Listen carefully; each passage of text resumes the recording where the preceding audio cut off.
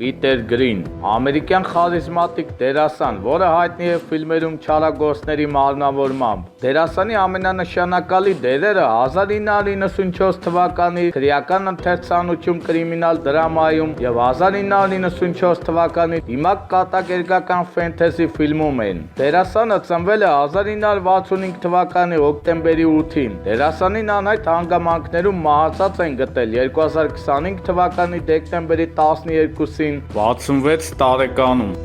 Պիտեր Գրինը ծնվել է 1965 թվականի հոկտեմբերի 8-ին Նյու Ջերսի նահանգի Մոնտկլեր քաղաքում։ 15 տարեկանում թողել է ավագ դպրոցը, լքել է տուն եւ տեղափոխվել է Նյու Յորք։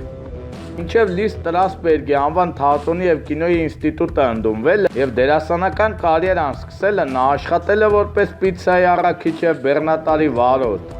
Ավարտելուց հետո կարճ ժամանակով հանդես է եկել թատրոնում։ Գրինը սկսել է իր դերասանական կարիերան միայն 25 տարեկանում նկարահանվելով «Հին ձեռքը» հեռուստասերիալի մի դրվագում, ապա «Անխուսափելիության օրենքը» ֆիլմում։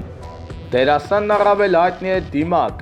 «Դորիան Թայրել», «Քրեական ընթերցանություն», «Զեդ» եւ «Սովորական կասկածյալները», «Կարմիր ոտք» ֆիլմերում իր դերերով։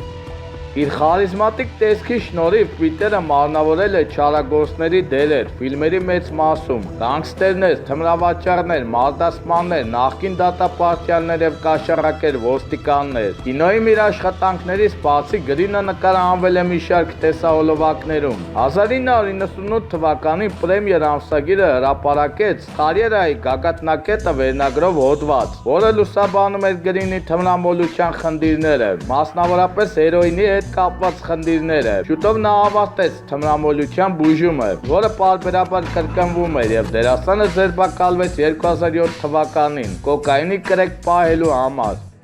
Գրինը երբեք չէր թաքցնում իր նախկին թմրամոլության մասին եւ բացահայտ խոսում էր իր ինքնասպանության փորձի մասին 1996 թվականին։ Գրինը կարճ ժամանակով ամուսնացավ 1990-ականներին, իսկ ավելի ուշ ամուսնալուծվեց։ Այս ամուսնությունից երեխաներ չկային։